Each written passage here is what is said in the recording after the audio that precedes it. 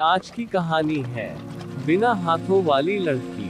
गेहूं पीसने वाली एक चक्की का मालिक अब अपने बुरे दिनों के कारण बड़ी ही गरीबी की जिंदगी बिता रहा था, क्योंकि अब उसकी चक्की पर कोई भी गेहूं पिसवाने नहीं आता था। गरीबी के कारण वह अपनी पत्नी और बच्ची के लिए 2 वक्त की रोटी भी नहीं जुटा पाता था। आटे की चक्की के पीछे एक सेब का पेड़ था और उसके साथ ही उसका टूटा फूटा घर। अपने 2 वक्त की रोटी के लिए उसे जंगल में जाकर लकड़ियां काटनी पड़ती थीं। उन्हीं लकड़ियों को बेचने पर जो पैसे मिलते, उसी से उसका घर चलता था। वह अपनी जिंदगी से बहुत दुखी होकर एक बार जंगल से लकड़ियां काटने गया, तो वहां उसे एक बूढ़ा आदमी मिला जिसे उसने पहले कभी इस जंगल में नहीं देखा था। वह बूढ़ा आदमी उस चक्की के मालिक के पास आया और उससे बोला, तू अपनी गरीबी से इतना दुखी क्यों है? मैं तुझे बहुत अमीर बना सकता हूँ, अगर तू मुझे वह चीज देने का वायदा करे जो मैं तुझसे मांगूं। चक्की के मालिक ने सोचा, मेरे पास इस बूढ़े को देने के लिए है ही क्या? यह मुझसे कौन सी मेरी जायदाद ले जाएगा? वह पहले ही अपनी गरीबी से बहुत दुखी था। उसने अमीर बनने के लालच में बिना कुछ सोचे समझे बूढ़े की बात मान ली और उससे वह चीज देने का वायदा भी कर लिया जो वह मांगेगा।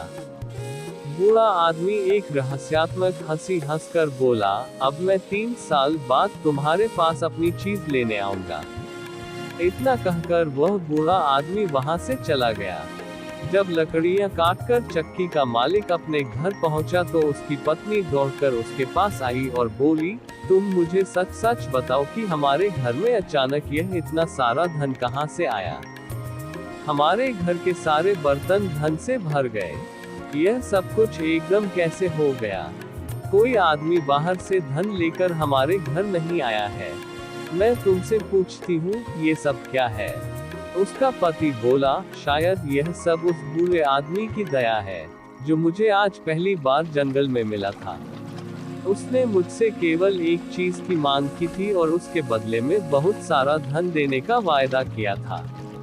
उसकी पत्नी ने पूछा, वह बूढ़ा आदमी इतने सारे धन के बदले में कौन सी चीज मांग रहा था? चक्की का मालिक बोला, चक्की के पीछे जो सेब का पेड़ है, शायद वह उसे लेना चाहता होगा। पत्नी तुरंत जान गई कि वह बूढ़ा आदमी शैतान था। वह सेब का पेड़ नहीं, बल्कि उस सेब के पेड़ से सेब तोड़ती हुई उसकी बेटी को उनसे छीनना चाहता है। यह सोचकर वह बहुत डर गई और साथ ही उसे अपने पति पर भी बहुत गुस्सा आया, जिसने धन लेने के लालच में बिना कुछ सोचे समझे हाँ कर दी। उसकी समझ में नहीं आ रहा था कि वह अपनी बच्ची को शैतान के चंगुल से कैसे बचाए। चक्की के मालिक की बेटी बहुत ही सुंदर और सुशील थी, साथ ही ईश्वर की बड़ी भक्त भी। रोज सुबह नहा धोकर वह ईश्वर की प्रार्थना करती थी। इधर धीरे धीरे 3 साल कैसे बीत गए, किसी को पता ही नहीं चला। तभी एक दिन अचानक वह बूढ़ा आदमी उस चक्की के मालिक के सामने आकर खड़ा हो गया और उससे बेटी देने की मांग उससे की। चक्की का मालिक उसकी मांग सुनकर घबरा गया। उसने तो सपने में भी नहीं सोचा था कि वह बूढ़ा इस पैसे के बदले में उससे उसकी बेटी की मांग करेगा। जब वह अपनी बेटी को बुलाने पहुंचा तो वह ईश्वर की पूजा कर रही थी। अतः अपनी बेटी से बिना कुछ कहे वह शैतान के पास वापस आकर बोला, मेरी बेटी अभी पूजा कर रही है, तुम कल आकर उसे ले जाना।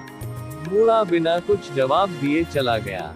अगले दिन सुबह वह बुढ़ा फिर पहुंच गया, पर आज भी वह लड़की पूजा में व्यस्त थी। अब तो बूढ़े को चक्की के मालिक पर बहुत गुस्सा आया। वह बोला, जिन हाथों से वह पूजा कर रही है, तू उन्हीं हाथों को काटकर मेरे पास लेकर आ। चक्की का मालिक घबरा कर बोला, बाबा कैसी बातें करते हो? मैं अपनी ही बेटी के हाथ कैसे काट सकता हूँ? बूढ़ा आदमी बोला, ठीक है, अगर तू मेरे कहे अनुसार अपनी बेटी के हाथ नहीं काटेगा तो मैं तेरी ही गर्दन मरोड़ दूंगा और अपने साथ ले जाऊंगा।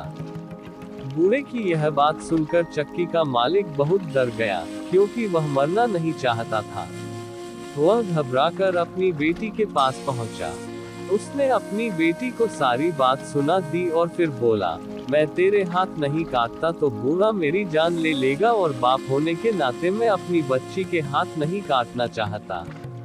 लड़की ने अपने पिता को तसल्ली दी और ईश्वर की इच्छा मानकर अपने दोनों हाथ अपने पिता के सामने कर दिए। पिता ने आंखें बंद करके अपनी बेटी के दोनों हाथों पर तेज चाकू से ऐसा वार किया कि हाथ कट गए। हाथ लेकर वह बूढ़े के पास पहुंचा।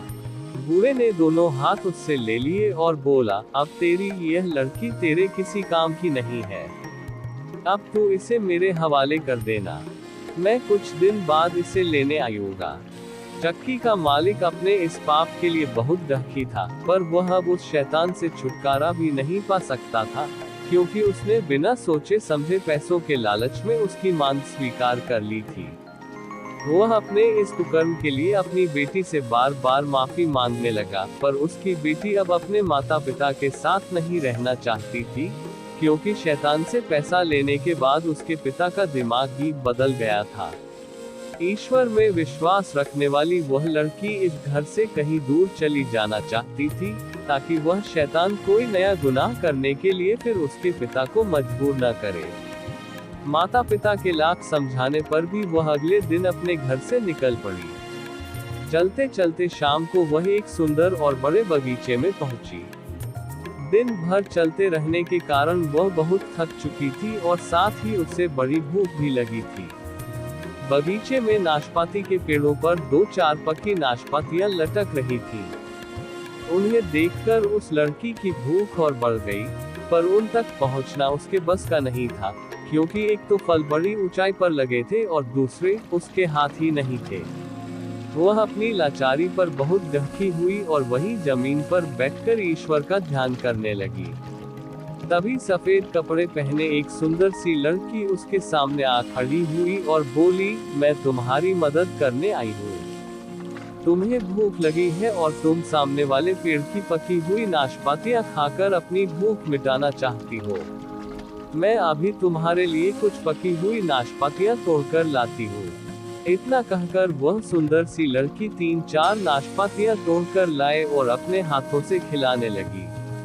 उस बाग का माली यह सब कुछ देखकर भी डर के मारे चुप रहा। उसे लगा कि यह जरूर कोई भूत है जो सफेद कपड़ों में उनके बाग में घुस आया है।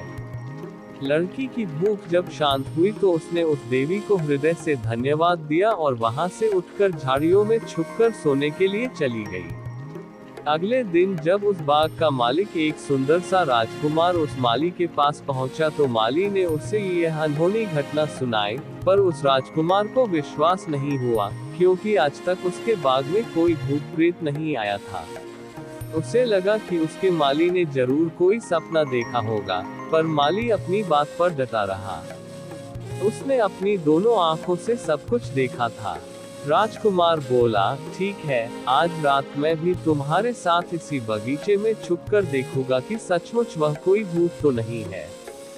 सारे दिन चुपचाप वह लड़की घनी झाड़ियों में छुपकर बैठी रही, पर जैसे ही थोड़ा अंधेरा होना शुरू हुआ, वह झाड़ियों से निकलकर नाशपातियों के पेड़ के पास पहुंची और ईश्वर से प्रार्थना करने लगी। ईश्वर ने उसकी प्रार्थना सुन ली। कल वाली सुंदर सी लड़की 3-4 नाशपातियां लेकर उसके पास पहुंची और उसे अपने हाथों से खिलाने लगी। जैसे ही नाशपातियां खत्म हुई वैसे ही राजकुमार, जो अपने माली के साथ एक बड़े से पेड़ के पीछे छुपा हुआ था, झट से बाहर आया और बोला, तुम लोग कौन हो? तुम इस दुनिया के लोग हो या किसी और दुनिया के? बिना हाथों वाली लड़की उस अजनबी को देखकर डर गई। गिड़गिड़ाते हुए बोली, मैं इसी दुनिया की अभागी लड़की हूँ। आज ईश्वर के अलावा सभी ने मुझे इस संसार में अकेला छोड़ दिया है। राजकुमार जब उस लड़की के नजदीक पहुंचा तो सफेद कपड़ों वाली लड़की वहां नहीं थी। केवल बिना हाथों वाली लड़की घुटनों के बल वहां पर बैठी थी। राजकुमार ने देखा कि उस लड़की के दोनों हाथ कटे हुए थे, पर वह बहुत ही सुंदर थी। राजकुमार को उस पर बहुत दया आई। वह उसे अपने साथ राजमहल ले गया और उसके लिए चांदी के हाथ बनवाए और अपनी माता के कहने पर उससे विवाह कर लिया। ईश्वर पर अटूट विश्वास रखने वाली लड़की के जीवन में फिर से खुशियां आ गई। एक बार राजकुमार को किसी जरूरी काम से दूसरे देश जाना पड़ा। वह अपनी पत्नी को अपनी मां की देखरेख में छोड़कर चला गया। कुछ दिनों बाद उस लड़की ने एक सुंदर से बेटे को जन्म दिया। राजकुमार की मां ने एक दूत के हाथों यह खुशखबरी लिखकर अपने बेटे के पास भेजी, पर रास्ते में जब वह दूत थककर आराम करने लगा तो उस शैतान ने आकर चुपचाप खत बदल दिया और लिख दिया कि उसकी पत्नी ने अपन को जन्म दिया है।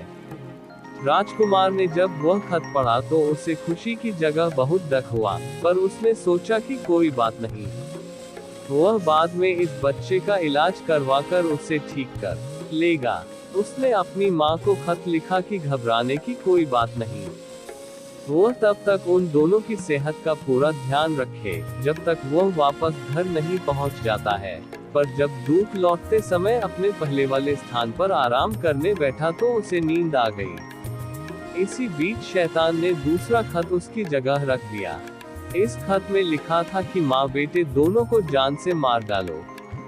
जब अगले दिन दूत ने यह पत्र राजमाता को दिया तो वह इसे पढ़कर हैरान रह गई कि उसका बेटा कितना बड़ा निर्दयी है कि अपने बेटे और अपनी पत्नी को मारने के लिए लिख रहा है। वह अपनी बहू को बहुत प्यार करती थी तथा उसकी और उसके बेटे की जान बचाना चाहती थी, इसलिए उसने यह बात अपनी बहू को सुनाई। लड़की को इस खत पर विश्वास नहीं हो रहा था, फिर भी वह राजमाता के कहे अनुसार अपने बच्चे को लेकर राजमहल से निकल गई। राजमाता ने उसके साथ किसी नौकर या नौकरानी को भी नहीं भेजा, ताकि कहीं उसके बेटे को पता न चल जाए कि उसने उन दोनों को भागने में मदद की है। चलते चलते जब वह लड़की थककर एक पेड़ के नीचे बैठ गई तो उसे ईश्वर की याद आई, क्योंकि अब वही उन दोनों का एकमात्र सहारा था। वह सच्चे दिल से ईश्वर की प्रार्थना करने लगी। जैसे ही उसने आंखें खोली तो अपने सामने एक सफेद कपड़े पहने सुंदर सी स्त्री को देखकर हैरान रह गई। वह स्त्री बोली, तुम घबराओ नहीं बेटी, साथ में ही एक छोटा सा घर है, मैं तुम्हें वहीं ले चलती हूँ। उसने लड़की से उस बच्चे को अपनी गोद में ले लिया और उस छोटे से घर की ओर चल दी। जैसे ही वे तीनों उस घर के सामने पहुंची तो एक अधेड़ उम्र की औरत, जिसका चेहरा बहुत चमक रहा था, उस लड़की को पकड़कर घर के अंदर ले गई। उस औरत ने जैसे ही उसके हाथ छुए, उसके हाथ सचमुच के हो गए और चांदी वाले हाथ जमीन पर गिर पड़े। लड़की यह सब देखकर हैरान होकर उस औरत के पैरों पर गिर पड़ी। तब वह औरत उसे उठाती हुई बोली, घबराओ मत बेटी, ईश्वर ने तेरी सहायता के लिए मुझे भेजा है। तूने आज तक पूरी श्रद्धा से ईश्वर की पूजा की है, इसी से खुश होकर उसने मुझे तेरे पास भेजा है। अब तुझे कोई डर नहीं होगा। इधर अपना काम खत्म करने के बाद जब राजकुमार वापस अपने महल में आया तो उसने अपनी माँ से अपनी पत्नी और अपने बच्चे के बारे में पूछा। राजकुमार की माँ अपने बेटे से पहले ही बहुत नाराज थी। उसने भी उसे खूब खरी खोटी सुनाई, पर राजकुमार ने तो ऐसा कोई खत दूत को नहीं दिया था जिसमें उसने दोनों को मारने की बात लिखी हो। वह यह जानकर बहुत दुखी हुआ कि उसकी मां ने उन दोनों को मरवा डाला है। उसने इस दुख के कारण खाना पीना भी छोड़ दिया। जब राजकुमार की मां को विश्वास हो गया कि उसने उन दोनों को मरवाने के लिए नहीं लिखा था, तो उसने अपने बेटे को सारी बातें सच सच बता दी। राजकुमार बिना अन्न जल ग्रहण किए अपनी पत्नी और बच्चे को ढूंढने निकल पड़ा। उन दोनों को ढूंढते ढूंढते साल भी खत्म होने को आया, कहीं भी पता नहीं चला। शहर शहर भटकने के बाद राजकुमार एक बार उसी जंगल में पहुंच गया जहां वह लड़की अपने बच्चे के साथ रह रही थी। इतने बड़े जंगल में एक छोटा सा घर देखकर वह बड़ा हैरान हुआ। उसने डरते डरते उस घर के दरवाजे को खटखटाया तो एक अधेड़ उम्र की औरत ने दरवाजा खोला। उसे देखते ही बोली, आइए राजकुमार, इस छोटे से घर में आपका स्वागत है। आपने यहाँ आने का कष्ट कैसे किया? राजकुमार बोला, मैं काफी दिनों से अपनी पत्नी और बच्चे को ढूंढ रहा हूँ, पर उनका आज तक कहीं पता नहीं चला। उस औरत ने राजकुमार के सामने खाने पीने की कई चीजें रखी, पर राजकुमार ने कुछ नहीं खाया। वह बोला, कुछ भी खाने की इच्छा मुझे नहीं है। मैं यहाँ पर कुछ देर आराम करना चाहता हूँ, अगर आप आज्ञा दे तो। वह औरत बोली, क्यों नहीं राजकुमार, आप इसी बिस्तर पर आराम कीजिए। राजकुमार उस औरत की आज्ञा पाकर वही उसी बिस्तर पर आंखें बंद करके लेट गया। तभी उसे अंदर से कुछ बातें करने की आवाजें सुनाई दी।